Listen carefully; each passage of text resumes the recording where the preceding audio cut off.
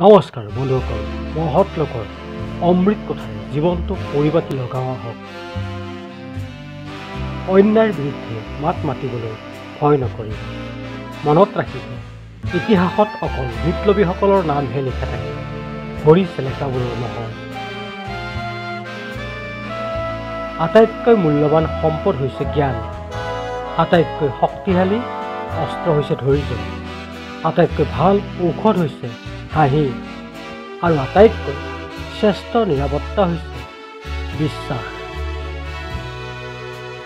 কাকো সৰু বুলি নাহাঁহিব, কিয়নো ভৰিৰ তলৰ দুবৰি বনহে পূজাত লাগে, মূৰৰ ওপৰৰ বৰগছ নহয়। এটা আশাবাদী মন গঢ়ি তোলক, আশাহীন মনে কোনো সপোন ৰচিব নোৱাৰে। ধন্যবাদ।